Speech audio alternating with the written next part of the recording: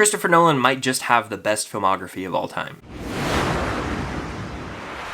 What's going on, guys? I'm Chris, and welcome back to another video. So today I'm giving you my ranking of every Christopher Nolan film, including Oppenheimer, which just hit theaters. But before I do, be sure to hit that like button. Comment down below your ranking of the Nolan films, as well as your placement of Oppenheimer. Subscribe and hit that notification bell to help reach my goal of 85,000 subscribers here on the channel. And check out my Patreon link down below for extra videos, early access to videos, and the Discord server. Anything goes a long way. I'll preface my ranking by saying there's not a bad Christopher Nolan movie. Every movie is either good to some of the best movies ever made. So kicking off this list at number 12 is Following. This is Nolan's directorial debut, and you can tell he was pretty limited with his budget. I don't know what the budget was, but I heard it was like $5,000. It was a very cheap movie to make. It's only about an hour and 10 minutes long, and it's all in black and white, but it still manages to have a pretty compelling story. And seeds were planted here for films later in Nolan's filmography. It is a quick hitter movie, and honestly on rewatch, it's still really entertaining. It's got some classic Nolan twists and turns. It's showing his style as a director, and the events play out sort of out of order, which becomes a Nolan staple at a time where you're putting the pieces of the puzzle together along the way. I think Following's the best movie it could be with the budgetary restrictions, and just for it being so early on in Nolan's filmography, it's frankly impressive that he was able to even pull this off way back in the day. It's not rewatchable compared to the other movies. In fact, I don't know if I'll watch it much ever again. I've seen it twice in my life now. And it's got some standout moments for sure, like I'm impressed this was his first film, but it just doesn't hold a candle to the rest of his filmography, frankly. But next on my list is Insomnia. This is the only Nolan movie that's not written by Nolan, and that shows. It is still a good movie. You've got an Al Pacino lead performance that's slept on.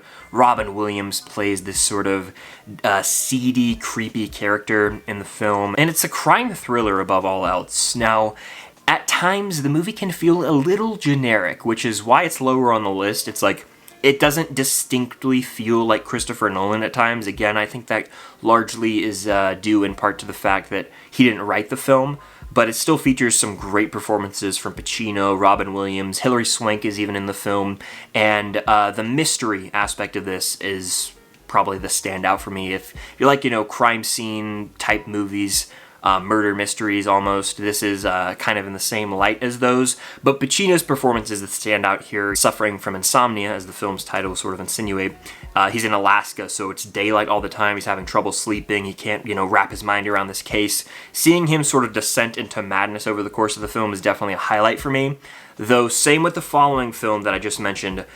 This isn't as rewatchable. It's one that I rarely ever think about compared to the rest of Nolan's filmography, which is why it comes in at number 11. But number 10 on my list might upset a lot of you guys, and, it's just the way it works. I think Nolan's made some of the best movies ever. So number 10 on my list is Memento. I know a lot of you guys love this one. Let me know where you have it in the comments down below. But when it comes to Memento, same thing. I don't go back to Memento all that much. It's a really well done movie. It's his second film, and a lot of, Following kind of shines through here, where he's got a bigger budget, a bigger cast, so he could really fully commit to it.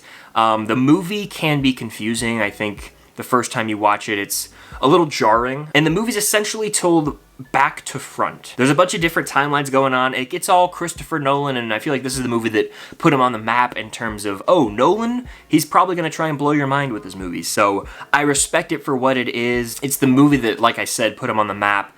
And I respect this movie, don't get me wrong, but when it comes down to personal preference, I'm rarely like, man, I want to go rewatch Memento, and that's huge for me when it comes to ranking a director's films. It's a very well-made movie. I respect the hell out of it. It just falls a little short in the grand scheme of Nolan's filmography, at least for me personally. But number 9 on my list is going to be Batman Begins. Again, very solid origin story for Batman, and the start of the Dark Knight trilogy, perhaps the greatest comic book film trilogy of all time. I really appreciate the way they went about this origin for Bruce Wayne's Batman, where it's again got that Nolan flair. Events are sort of told with flashbacks or out of order at times, but it still manages to deliver a great comic book film. You've got Cillian Murphy as Scarecrow in the movie, Ra's al Ghul played by Liam Neeson, and my favorite element of Begins has always been seeing the origin of Batman, specifically when we see him as a kid sort of fall in the well and develop this fear of bats, but more importantly when he's training with Ra's al Ghul and learning all of this wisdom, getting these gadgets and technology, becoming the Dark Knight. Nolan captures that so well, and I do think the third act of the movie can get a little comic book generic. I'm just saying, with the train and everyone in Gotham sort of being put under this fear potion, essentially, from Scarecrow. I forget the exact name, forgive me, but I really like it. It captures Gotham, and you've got Bale delivering a great performance as Batman. It kickstarted this trilogy. But number 8 on my list is Dunkirk. This movie fell a little bit for me since my last ranking, but I still thoroughly enjoy it, and I've always been so immersed in this film. It's about an hour, 47 minutes long. Like, it's a short movie, but it succeeds at its task. This movie wants to put the audience in the shoes of one of these soldiers and throw you in the madness, and it does that.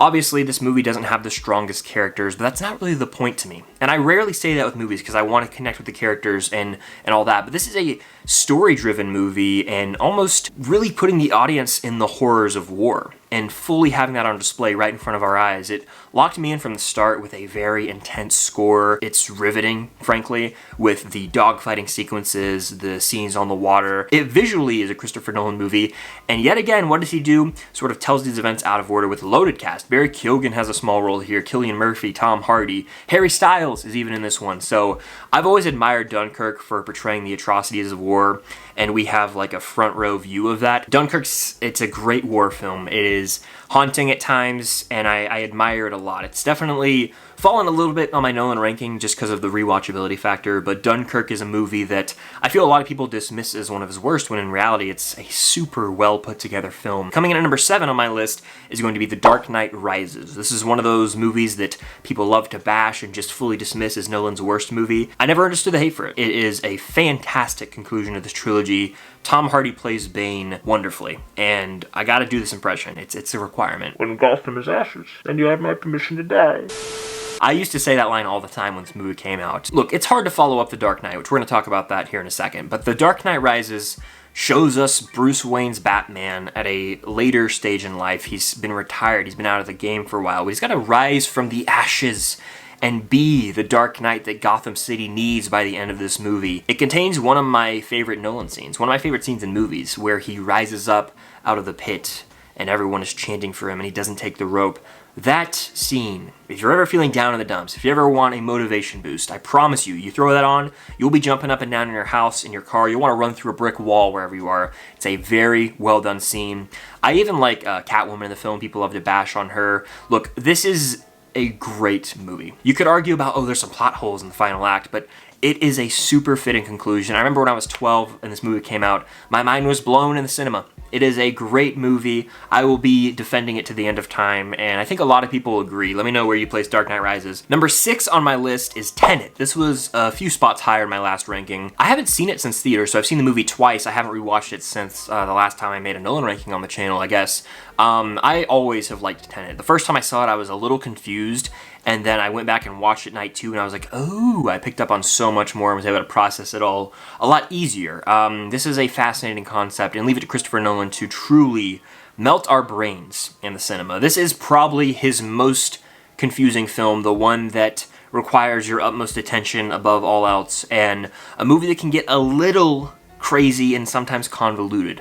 That being said, it came out during the pandemic, and I remember seeing it on the biggest screen I could at the time, being fully immersed into these insane set pieces. Whether that's the plane crash scene or the highway scene, the action was insane because the concept of the film, basically, there's people who are like traveling backwards through time. So it looks like there's cars that are driving backwards and forwards simultaneously. It's a mind-bending movie.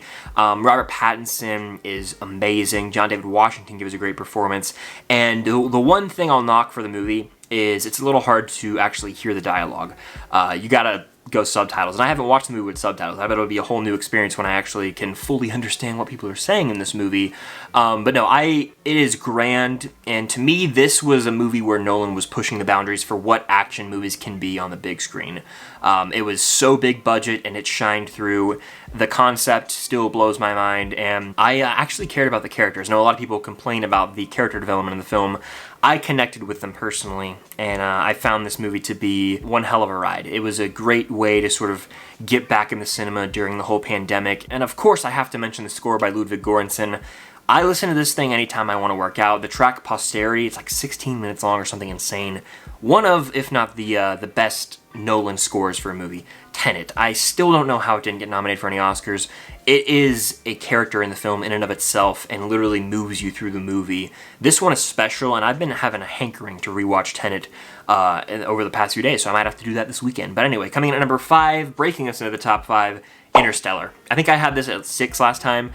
Interstellar is a special movie. Look, it's not one I go back to and rewatch a bunch. I think a lot of Nolan movies are fantastic, but they don't have the rewatchability factor, and that's okay. Not a knock at the Nolan films, just they're really long films that require a lot of energy to watch because it's draining emotionally, these journeys that we go on. Interstellar is a special movie. Hans Zimmer's score, an all-time score. I think that we can all agree on that. But McConaughey's performance is sort of the guiding light of this movie. He gives a top-tier McConaughey performance, and the scene in particular that stands out is after he's on that planet where he loses all those years of life and he comes back up to his ship. He's watching these video logs of his kids grow up in front of his eyes, and it is devastating. The score there, mixed with McConaughey's facial expressions and the way that he just breaks down as a father watching his kids grow up in front of him. Oh my gosh, I literally just gave myself chills down my spine saying that out loud. Interstellar is grand in scale. It immerses you in this sort of space epic at times, but the concept of time and love and how love wins in the end, it really is special. And people, claim this movie's cheesy and doesn't make sense. I've always loved it, and when I go back and rewatch it, it blows my mind how Nolan was able to put this all together. It's a little confusing at times, but that's Nolan, You're gonna have to really think on this and maybe even read up on some of the movies after you watch them. Interstellar's a special movie. I know a lot of you guys have that a lot higher, but I love it. Number 4 on my list as it stands right now is the newly released Oppenheimer. I'm still recovering from this movie. I saw it last night, and I still am in awe of what I witnessed. It might just be his best directed movie. It might even be his best made movie. But again, this is ranking off personal preference, and there's 3 movies that I could not put Oppenheimer over yet after only one watch. I am watching Oppenheimer again this weekend, so possibly it could make the push for even higher. But as it stands right now, Oppenheimer is number 4 on my ranking. Look, you've got a story of J. Robert Oppenheimer and the development of the nuclear bomb, and on paper that could be, another generic biopic. Hell no, it's not. Christopher Nolan fully shines here with his directorial style, and it immerses you from the start, whether that be the technical aspects of the film, the score, just like with Tenet or pretty much any Nolan film, kind of guides you through the film in a way, adds to the intensity, adds to the stakes. Same can be said for the sound design here, but there are just little moments in this movie where it's brilliant. A lot of it is dialogue driven. A lot of listening is required as an audience member, but that's okay because the dialogue is so engaging, and the performances are some of the best we've seen in a Nolan film, whether that be Robert Downey Jr., Emily Blunt, in particular, Cillian Murphy, who this is probably going to be the movie that gets him an Oscar win. Everyone, even if they're not speaking, they're just listening, they're actively listening, and their facial expressions convey such a wide variety of emotion. The movie is horrifying at times. It's morbid, disturbing even, taking a look at the power and the lust for power that people in the government have, greed, and, the morality of science. Is this actually right? I have all this power to create this bomb, but I don't think I realized the consequences of that. So Oppenheimer dealing with the ramifications of this nuclear bomb, it's haunting him essentially, and all of this comes together brilliantly to create a thought-provoking movie that's one of the better theatrical experiences I've had in a long damn time. We'll be thinking about this for quite some time. It's a heavy film that I want to sit with, and I will be seeing again very soon. And again, over time, this could even climb higher on my Nolan ranking. Just off one watch, I couldn't put it above my top 3. So coming in at number 3 for me is The Dark Knight. I know this is number 1 for a lot of people, and many claim this to be the greatest comic book film of all time. You'll see no argument from me. It's on the Mount Rushmore of comic book films. It changed the game for comic book films, and a lot of that is due to Heath Ledger's performance as the Joker, one of the greatest cinematic performances ever. He won the Oscar posthumously. Rest in peace to Heath Ledger, a true legend. But man, the Joker, nightmare fuel in this movie. He's a menace. He outsmarts Batman constantly in this movie. It's a terrifyingly great performance. But on top of that, you've got Bale giving it his all. Aaron Eckhart as Two-Face. This is a masterfully crafted comic book film. Whether that be the opening heist scene, the score from Hans Zimmer, this is an achievement in filmmaking, and I've praised this movie for a long time. In fact, I used to be about 3 years ago now on the train of, maybe it's actually overrated. I was just bored. It was the pandemic to just started, and I was like, wait, is Dark Knight trilogy overrated. Rewatched it and I was like, you're an idiot. This movie's amazing, and of course it was going to be top 3 Nolan for me. My runner-up is The Prestige. This is a movie that I watched for the first time a long time ago. I've seen many times since then. The reason it's number 2 for me is because of how brilliantly it's crafted. Each act sort of resembling the act of a magic trick. It got me better than any Nolan movie in terms of like twists. Takes the top spot for like biggest oh shit moment in a Nolan movie. It's such a smart movie. It's one of Nolan's better scripts.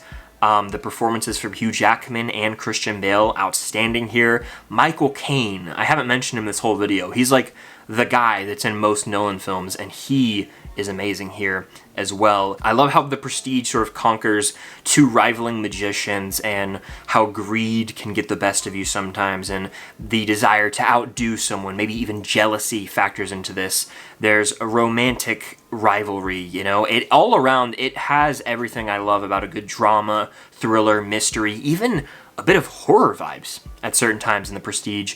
It is a masterfully put together movie, and one that blew my mind the first time I saw it. This is, I think, Nolan's most slept on film. I know there is a section of people who have it high like I do, but The Prestige deserves a lot more credit in my opinion. It is a fantastic movie and number 2 on my Nolan ranking. But taking the top spot, you probably already knew before you clicked on this video, Inception. Nothing was ever going to top Inception for me. This is a revolutionary, like one-of-a-kind type movie that just changed movies forever. I mean, how many times have people referenced Inception, you know? The concept alone is something that's mind-boggling, but then you watch the actual film and it's just so damn good. Leonardo DiCaprio is the lead of the film, and as we learn more about his backstory, it sort of unravels.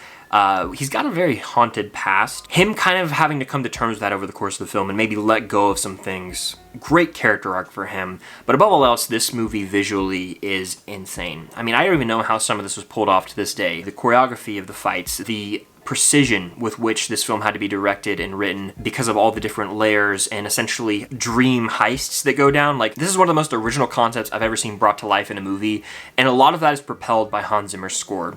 This is, for the longest time, I've said at least, one of my favorite movie scores ever. The track Time in particular, I will listen to that and I will feel like I'm floating out of body, almost astral, in a way where I can achieve anything in life. Like, that's how great this score is. This is a one-of-a-kind type movie, but Inception is my number 1 Nolan film just because of the impact it had on me. I mean, my mind was blown by this film, from the performances to the score to the just concept of going into someone's dream and planting this idea.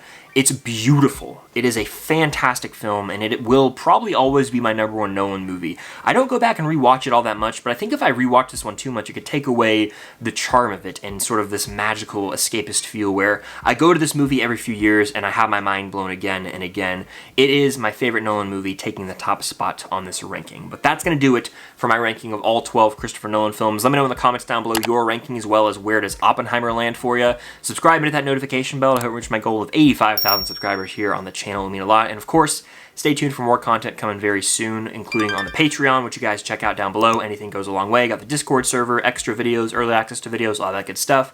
But thank you all so much for watching. Stay tuned for my Nolan Hot Takes video where I react to your Christopher Nolan movie hot takes. That is coming out tomorrow. But until next time, I'll see you guys later.